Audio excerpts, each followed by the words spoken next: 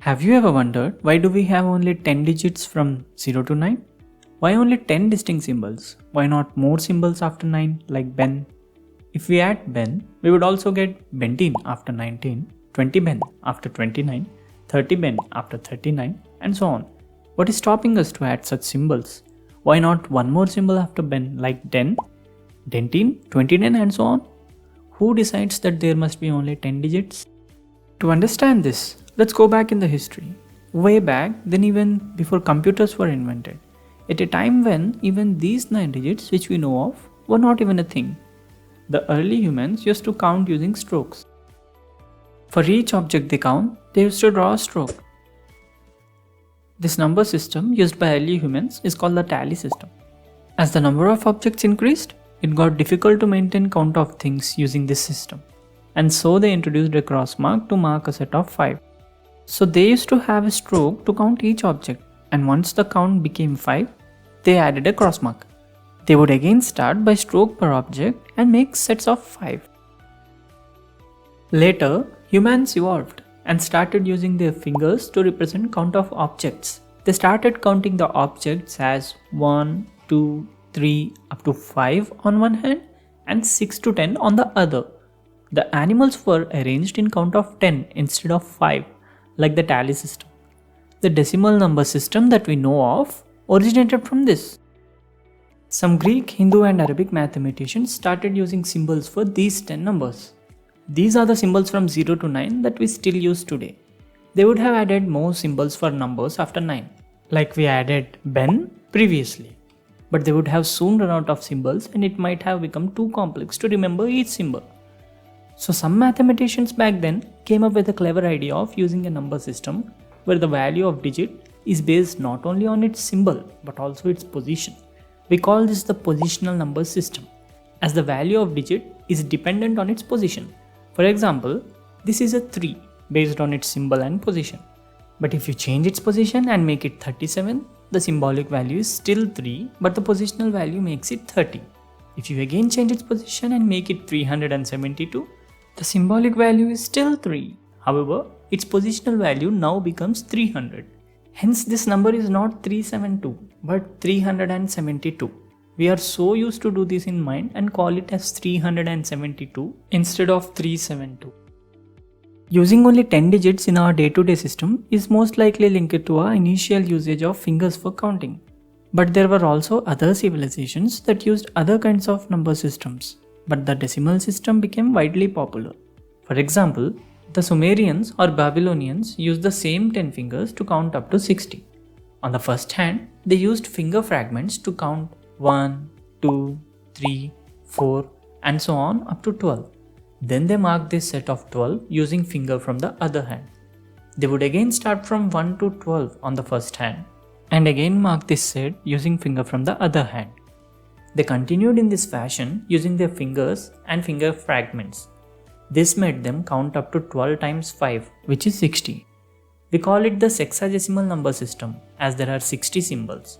The Sumerians represented those symbols as follows. Even today, we have some essence of their sexagesimal system left in our daily usage. This is the reason why a minute is divided into 60 seconds rather than 10 or 100, since it was adopted from Sumerians. In fact, the time representation system we follow is also a positional number system because, for example, this is 5 seconds based on its symbol and position. But if you change its position to the left, the symbolic value is still 5, but the positional value makes it 300 seconds. If you again change its position to the left, the symbolic value is still 5. However, its positional value now becomes 18,000 seconds. Now you see our time representation system is a positional number system, just like the decimal number system. The only difference being we simply use colon instead of space to separate digits. The number of distinct symbols that the number system uses is called the base or radix of the system. Since we use 10 digits in decimal, we say that the base or radix of decimal number system is 10. For sexagesimal, it is 60. There are some systems that are non-positional as well, like the tally marks and the Roman number system. In tally system, both the symbolic and positional value of a mark is always 1. In Roman system too, no matter where you place the digit, its value is the same. Hence these are non-positional number systems. During 17th century, a mathematician named Leibniz introduced a 2-based positional number system. He called it the binary number system. This was the earliest mention of binary system on paper. But back then, it was not invented for computers, but for other mathematical disciplines. Since it has base 2, it uses 2 distinct symbols for 2 digits and creates all the numbers using these 2 digits only. Those 2 symbols are simply 0 and 1. It is as if the number system we would have invented if we had only 2 fingers instead of 10. Let us now count in binary system from 0 to 100 using our knowledge of decimal system. So let's have a quick glimpse on how we count the numbers in decimal system. In units place, we start from 0 and we go on until we run out of symbols at 9. That is the end of single digited numbers. Since we ran out of symbols at units place, we switch to tens place and add a 1 and start from 0 again in the units place. Again we continue incrementing the units place by 1 until we again run out of symbols at 19. Since we again ran out of symbols at units place, we add a 1 at the tens place and start from 0 again in the units place. We continue in this fashion until we run out of symbols in the tens place too. Then we start with the hundreds place forming 3-digit numbers. Same is the case with any positional number system, even binary too. Let's now count in binary. In the first place, we start with a 0 and we run out of symbols very soon at 1 itself. That is the end of single digited numbers. Since we ran out of symbols at first place, we switch to the second place and add a 1 and start from 0 again in the first place. Again we continue incrementing the first place until we again run out of symbols very soon at 1. Now we realize we have run out of symbols even at the second place and there can be no more 2-digited numbers. Now we start incrementing the third place and start with 0 again in the first and second places. The procedure continues in this fashion and one could easily realize that the counting is similar to what we did in decimal, except for the fact that we ran out of symbols in each place too soon compared to decimal. That means to represent even a small number in binary, the number of digits will be very high compared to decimal. So 10 is 2 in decimal, 11 is 3, 100 is 4. We should spell it as 1011100 in binary, but not 10, 11 or 100. Then we have 101 which is 5, 110 which is 6 and so on. However, each time we want to know the decimal value of a binary number, we can't just simply write down all the binary numbers and start counting. So there's a better way to do that.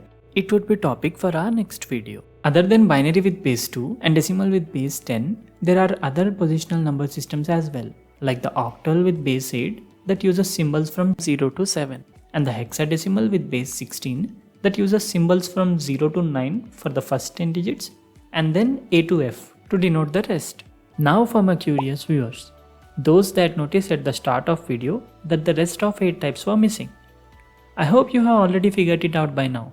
The number here is not 10, it is 10, which is 2 in binary. Hence I only mentioned 2 types of viewers and I hope you belong to type 1. Hey there, hope you like the video. This video is part of series called Computer in a Nutshell. If you are new to computer science, then this is the only series you'll ever need to get started. Because this series will take you on a crazy ride, starting from what is a computer, to what's inside a computer, to how each part of computer works, leading all the way up to Introduction to Programming. To get started on this series, you can head over to my channel and dial into Computer in a Nutshell playlist. Here, you can find all the videos from this series in chronological order. You can also find links to the videos from this series in the description of every video. If you find this video informative, please share it forward. Subscribe to our channel for more such videos. Click here to watch the next video from this series. You can also check out our previous video from here.